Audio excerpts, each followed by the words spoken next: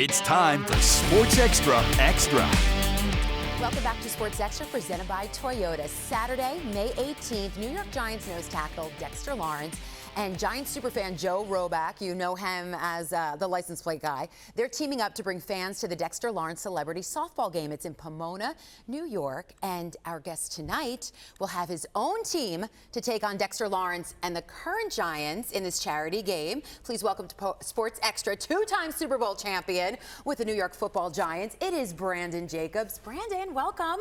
Thank you for having me this morning. Yeah, so I mean, I really appreciate you coming on. It's great to have you in studio, and you are the man that's going to head up the team of your former Super Bowl teammates. That's to play these current Giants. It's not just softball. You guys are doing like dodgeball and home run derby and all of that. What do you love about this annual charity event each year? Well, we haven't done it in 5 years. You know, we stopped when COVID, when COVID came, obviously, and then we're getting back to it now. But the greatest thing about it is that we get a chance to fellowship with the current players, you know, kind of talk to them a little bit, see what's going on with them and their families and what they're thinking for the season. And one of the most important things about it for me, I get a chance to see my brothers that I played with, that I went to war with, that I won Super Bowls with. So it's a lot of great things, when you get together like that, with the current guys and then the older guys. That's, I guess it's weird to call myself old. You're not older. Yeah, but older than the current players.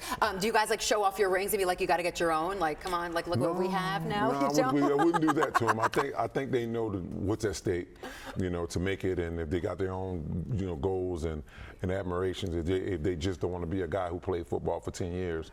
But you got to win the big game. You got to get to the big game. It's the greatest thing to be able to say you won, let alone even played in the Super Bowl. So, I mean, I wish a lot of those guys couldn't get that opportunity. And what's important, though, about this charity softball game so much is that you are raising money for St. Christopher's Inc. It's an organization empowering children with special needs. So how does that inspire you? Well, it's a lot of different charities and a lot of different things that go around for a lot of different, kids and, stuff like that. But it's not a lot of different charities that go to empowering kids that have special needs and, making sure they have all kinds of different programs, with some like obviously if they have special needs, they have learning disabilities, being able to get certain things in place for, for them to better them. It's always a great thing to be able, and we always pick different charities at times, and this year it's just St. Christopher's, and I look forward to being able to raise as much as we possibly can, for them. So it'll be at Clover Stadium in Pomona, New York. You can get tickets at mlb.tickets.com because it's a softball game technically, so that's where you can get your tickets. So what's your message to Giants fans? I mean, license plate guy will be there, the current Giants, the Super Bowl Giants. What's your message to get them out?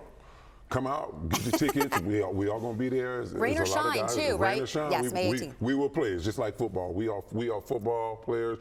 We're gladiators. So that little rain, if it rains, it won't stop us. So you guys come out and watch it. The one sport that plays in rain, unfortunately for the fans, but that's okay. So can we talk a little bit about the Giants? Yeah, absolutely. Always. Okay, so we are coming off the draft, and the Giants did not go for a quarterback like all the rumors. They went for a weapon on offense. Malik Nabers, the wide receiver from LSU. What did you think? My favorite college football player. Really, this season? My favorite college football player this season, 1,500 yards. The boy's a beast. I think he was the best. Wide receiver in college football. Does Daniels win the Heisman without him? No, right? Absolutely. I mean, he don't, because like 1,500 yards. I mean, and they did have Brian Thomas and a big time LSU fan, guy from Louisiana as well. So I am rooting for Malik Nabers to come in, to make our team better. The guy can do everything. He's a strong target. He catches the ball. He can make you miss. He break tackles. He has speed to threaten the defense downfield. I mean, I think he's the overall best pick for the Giants, because that's what we needed. That was available. So do you know Daniel Jones well? Have you gotten to know him well? Yeah. So a pick like this, because we know there were all those rumors about them trying to trade up to get a quarterback and this and that. How does this almost look like a vote of confidence? Like, how does this help Daniel Jones? This helped Daniel Jones because it gives them another weapon. One, two, they didn't trade up to get another quarterback. They stayed in their same place, so he should see that the team is now confident in him.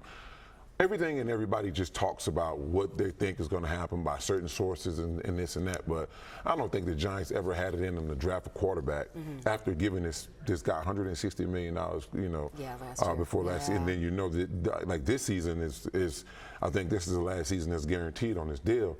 But he's going to have an opportunity with a new weapon, to make more money. So I think there's a lot of positive that he can look at, that the Giants didn't trade up and they gave him a weapon to make himself better.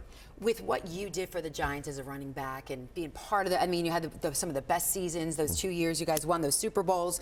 You left such a legacy as a strong, durable, big running back. There's a great legacy of running backs. I mean, going back to Joe Morris and Saquon, these guys weren't as big as you, Tiki Barber. You had the size. They didn't have the size, but it's a legacy of the running game with the Giants. How do you think Devin Singletary will do this season? I think Devin will do well because I think he'll have opportunity. No Saquon Barkley.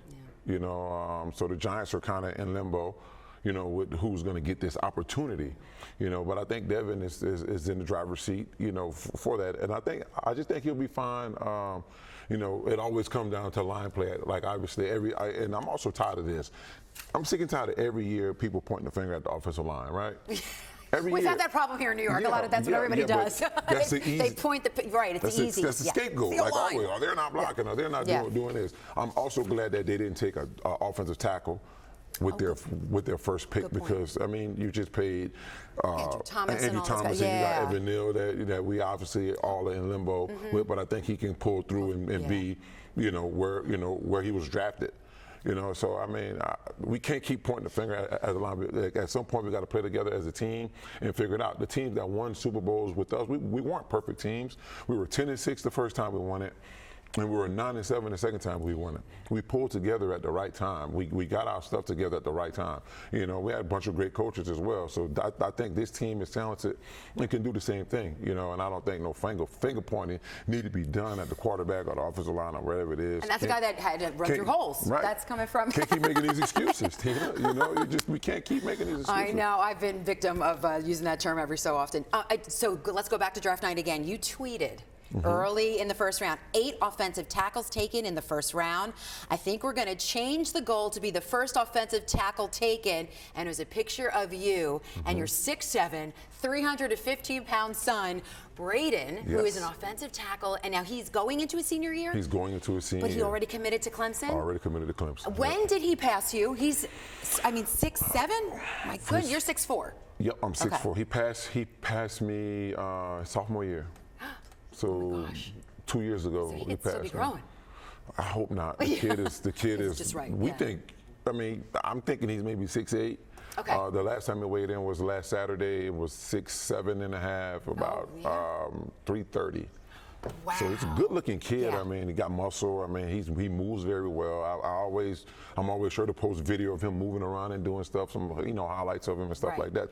The people that's following him to kind of see from where we started to where we are now. So he's committed to Dabo Swinney and Clemson.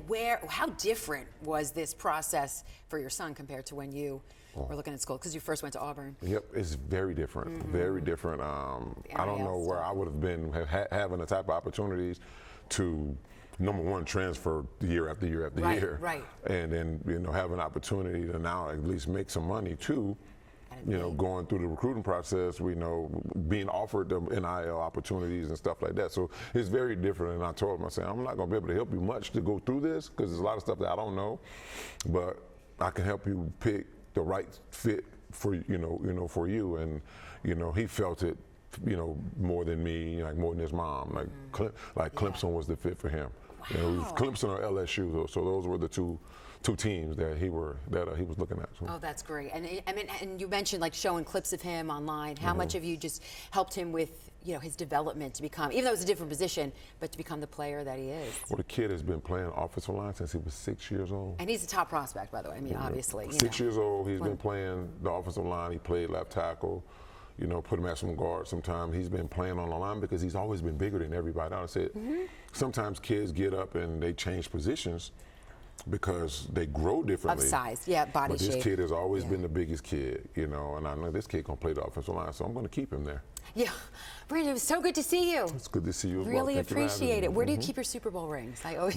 It's going to be funny when I tell you this. Okay, like some people is going to say this bolted safe that Right. nothing can get into. You can't even blow it up with dynamite.